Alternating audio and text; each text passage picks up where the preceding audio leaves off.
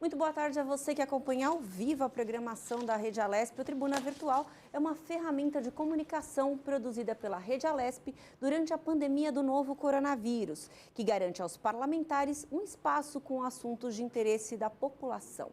Vamos às regras. Deputados serão inscritos via chat antes do início. Terão 10 minutos livres. O apresentador irá informar que o tempo estará terminando quando faltar 30 segundos e deverá interromper a fala. O deputado que tiver conexão estável e se houver interrupção por completo, poderá voltar após o orador que estiver usando a tribuna e encerrar a sua fala. Caso sobre tempo dentro das 2 horas previstas e não haja mais oradores inscritos, será permitida a reinscrição limitada a apenas um reingresso. A primeira parlamentar a fazer uso da palavra na tarde dessa sexta-feira é a deputada Janaína Pascoal, do PSL. Deputada, seja bem-vinda à Rede Alesp. Muito obrigada, Melissa. Cumprimento todo o pessoal da Rede Alesp, os colegas que eventualmente estejam participando da tribuna, as pessoas que nos acompanham. Ontem eu estive Ai, perdão, deu uma... Estão me ouvindo? Sim, senhora. Estamos ouvindo, deputada. Caiu aqui Perdão. Ontem eu estive em Ibirá e também estive em Irapuã. Como na semana passada estive em Cabreúva, né, acredito que já tenha agradecido o prefeito e as vereadoras de Cabreúva que me receberam. Agradeço hoje o prefeito de Ibirá, a presidente da Câmara de Ibirá, vereadora senhora Sônia, que me receberam com muito carinho. Também agradeço a prefeita de Irapuã, os vereadores de Irapuã que me receberam, os vereadores das cidades vizinhas, Novo Horizonte e Bálsamo, que foram até a Câmara de Irapuã para que nós pudéssemos conversar um pouquinho sobre a situação no Estado e até no país. Antes de falar de especificidades das cidades visitadas, eu queria destacar que nessas minhas idas ao interior paulista e os vários e-mails que recebo, sempre procuro manter contato direto com prefeitos e vereadores e munícipes em geral, é visível que os números estão aumentando, né? Os números de internados, os números de pessoas que acabam agravando. Então, alguma mudança precisa ser feita. Eu tenho insistido na tecla de que não podemos deixar para tratar as pessoas quando o quadro está grave, não podemos trabalhar apenas com a ideia de intubação como resposta, por óbvio, há casos em que será necessário intubar, mas nós não podemos trabalhar com a intubação como resposta, até porque sabemos que 80% dos intubados vêm a óbito. É necessário tratar o paciente tão logo os sintomas se manifestem, né? Tão logo a doença seja constatada e os sintomas se manifestem. Mas não é só isso, tá? Eu entendo que é necessário repensar a estratégia da vacinação. Nós estamos trabalhando a vacinação, dando a primeira dose e guardando a segunda dose. Entretanto, é fato, que muitas pessoas não voltam para a segunda dose. Tá? Eu tenho informações de que, inclusive, uma busca ativa vem sendo efetuada para que essas pessoas tomem a segunda dose. Foi feito o dia D para a segunda dose. Né? O próprio secretário ontem confirmou que o dia D não surtiu efeitos. Vão preparar um outro dia D.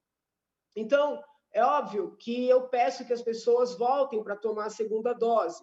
Porém, está dentro da autonomia individual, né? As doses foram disponibilizadas, foi feita uma campanha, está sendo feita, marcada uma data, e ainda assim as pessoas não voltaram, né? Por que é que eu estou tocando nesse ponto? Porque eu venho hoje, pela primeira vez, defender firmemente que nós repensemos essa política e utilizemos essas vacinas que estão estocadas para dar a primeira dose em outras pessoas, tá? Então, por exemplo, a vacina da AstraZeneca, as pesquisas, os dados mostram que a primeira dose já tem uma eficácia significativa de prevenção à contaminação. Não tem sentido ficar com tanta vacina estocada, esperando o retorno daqueles que tomaram a primeira dose e deixar de imunizar, né?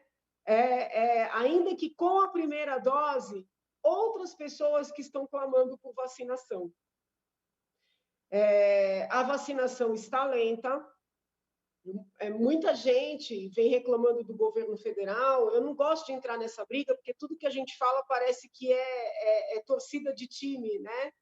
Mas a verdade é que os estados não estão dando conta de aplicarem as doses que são enviadas, que são disponibilizadas.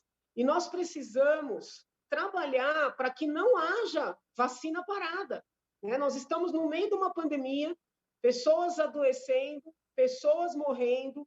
São Paulo, né, infelizmente, um dos estados campeão em mortes, né? Nós não queremos continuar no topo desse ranking, então é necessário repensar. Se nós temos doses suficientes, que siga com a fila de vacinação, né? As vacinas estão sendo produzidas, estão sendo liberadas, né? Não tem sentido ficar guardando vacina para esperar que a pessoa decida voltar para ter a segunda dose.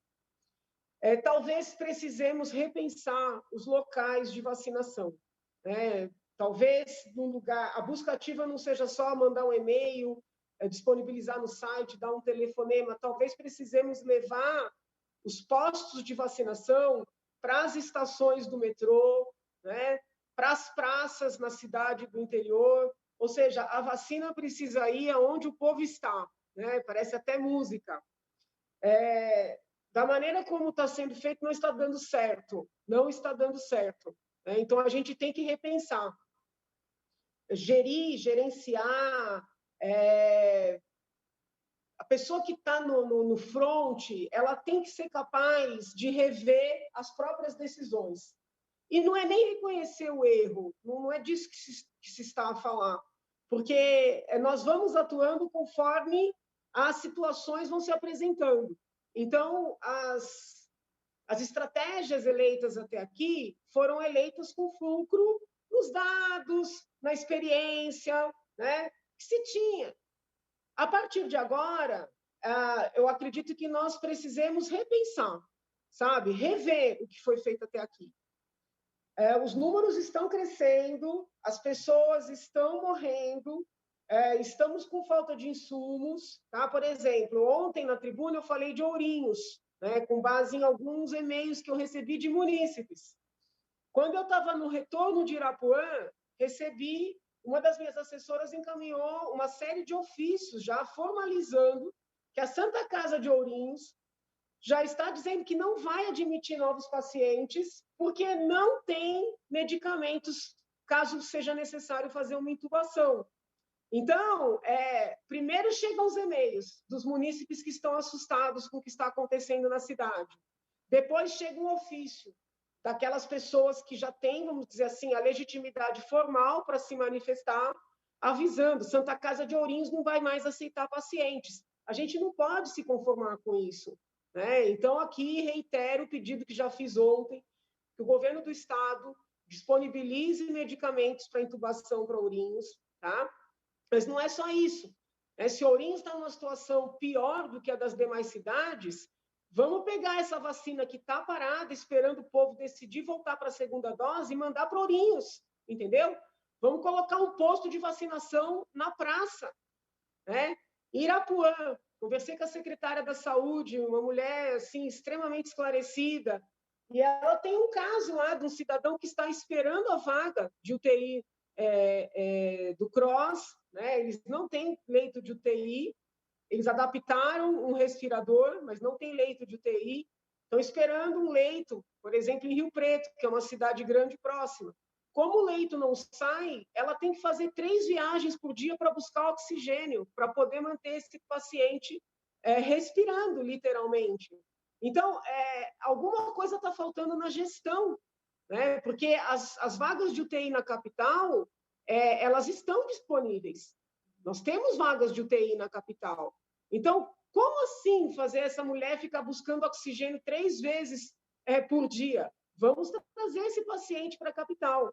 Eu sei que é fácil falar de fora, né?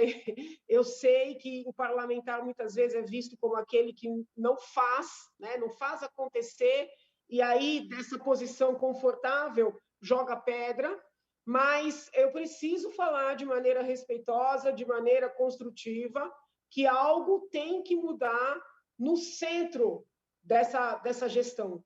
Tá? Não está dando certo. Nós estamos com mais mortes, proporcionalmente, nós somos o estado que tem mais recursos, algo precisa ser feito. E a estratégia de fechar tudo, a gente já sabe que não soluciona, né? Então, talvez seja uma modificação de mentalidade. É a minha sugestão, rever esse discurso de que tem que esperar agravar para medicar, né? Rever esse discurso de que a intubação é o caminho. A intubação, na verdade, é quase um decreto de morte, desculpem falar desse jeito. Rever a política de guardar a segunda dose, na medida em que as vacinas, principalmente Oxford e Pfizer, já têm muita eficácia na primeira dose, vamos vacinar com primeira dose o maior número de pessoas possível. Vamos levar a vacinação para onde o povo está. Vamos vacinar quem está mais exposto, né? Profissionais da limpeza, por exemplo. Vamos vacinar nas estações de metrô.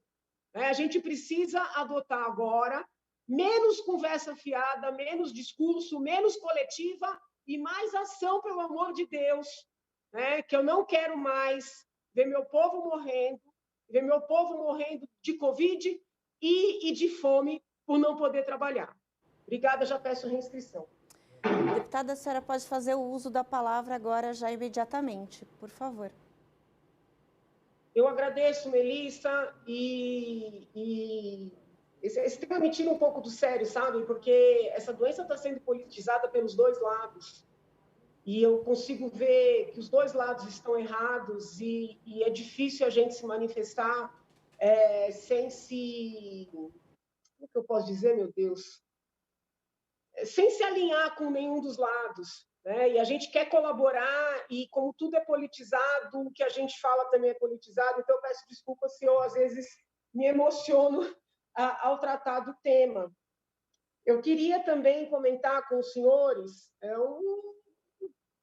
um pensamento, uma ideia, uma reflexão que vem povoando a minha mente, né, há algum tempo. Eu cresci ouvindo meu pai falar, retirem os exageros, né? Meu pai sempre foi uma pessoa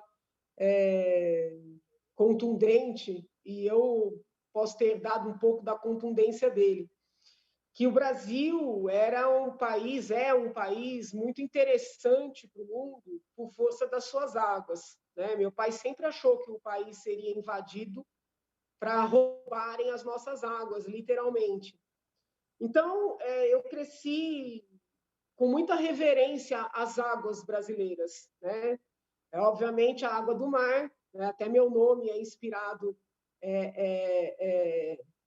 na Rainha do Mar, mas em especial com a água doce, né? Que é a água mais rara, é a água, vamos dizer assim, mais preciosa para toda a humanidade. E eu tenho visitado cidades que são referências, né? Travou aí ou travou só para mim? Deputada, sim, houve um pequeno travamento, mas eu acho que a senhora já está de volta. Pode continuar. Ok. Então, eu tenho visitado várias cidades que são famosas por suas águas, não só de agora como deputada, né? A vida toda tive essa preferência.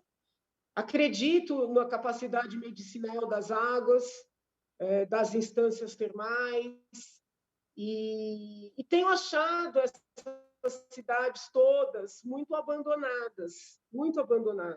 Né? E gostaria de propor para os colegas deputados, para os prefeitos dessas cidades, para os munícipes, uma força-tarefa, vamos dizer assim, né, de como é que nós poderíamos potencializar estas cidades, né, importantes no estado de São Paulo, no Brasil também, não é só São Paulo que tem esse diferencial, mas essas cidades importantes, né, no nosso estado em especial, por suas águas.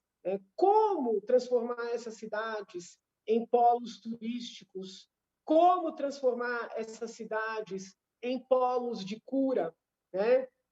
Tem um debate jurídico em torno também dessas cidades, a quem pertence, né, esse lençol aquático, quem pode explorar, qual é o limite dessa exploração, como pode a prefeitura disponibilizar essa água, o que pode, o que não pode ser cobrado, quais os estudos em torno da potencialidade curativa, terapêutica dessas águas.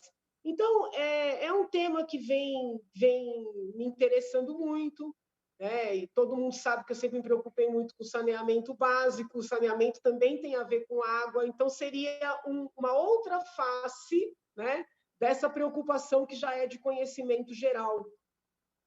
Eu ainda não tenho respostas, tá? Eu ainda não tenho propostas concretas, não tenho.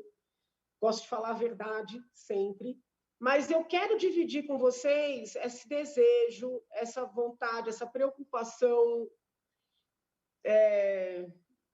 Na universidade, quando a gente começa a estudar um tema, a gente eleva esse tema a tema de concentração, né? Então, esse tema de concentração que eu já venho estudando, sobre o qual eu já venho conversando com várias pessoas, mas ainda não tinha trazido a público, tá?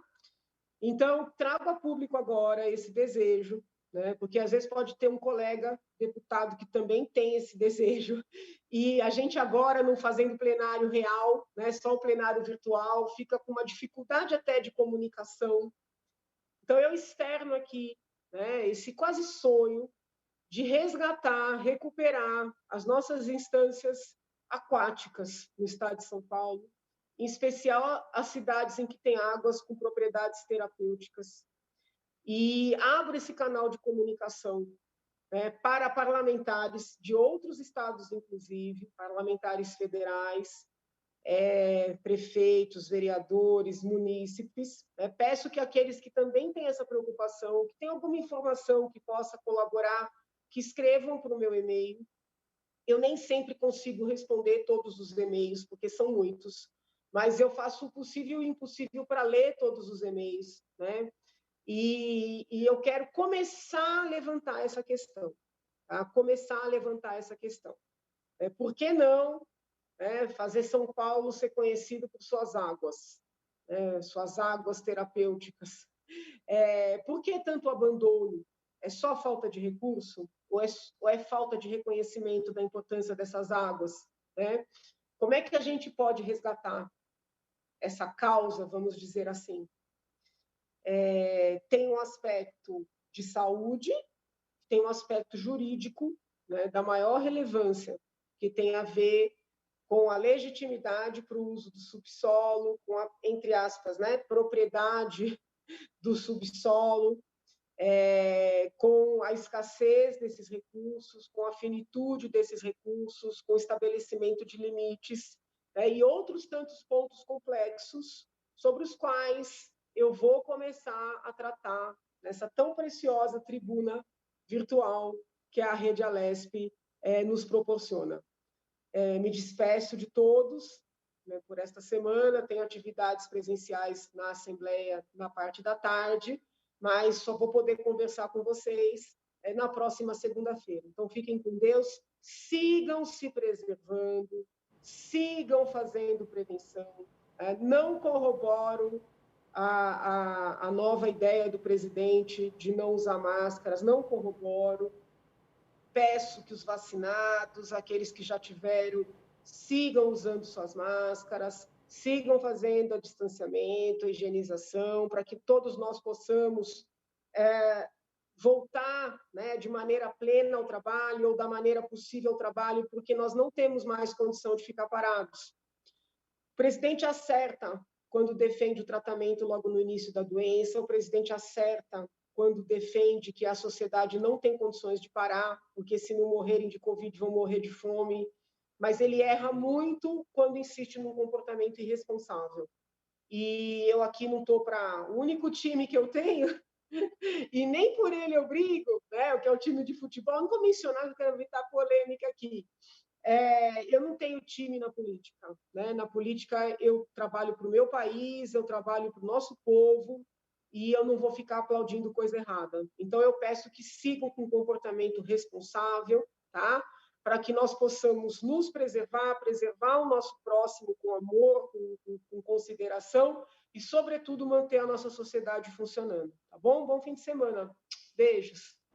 Muito obrigada, deputada Janaína Pascoal, pela sua intervenção. Uma boa tarde para a senhora. A gente segue agora para um intervalo e a gente já volta.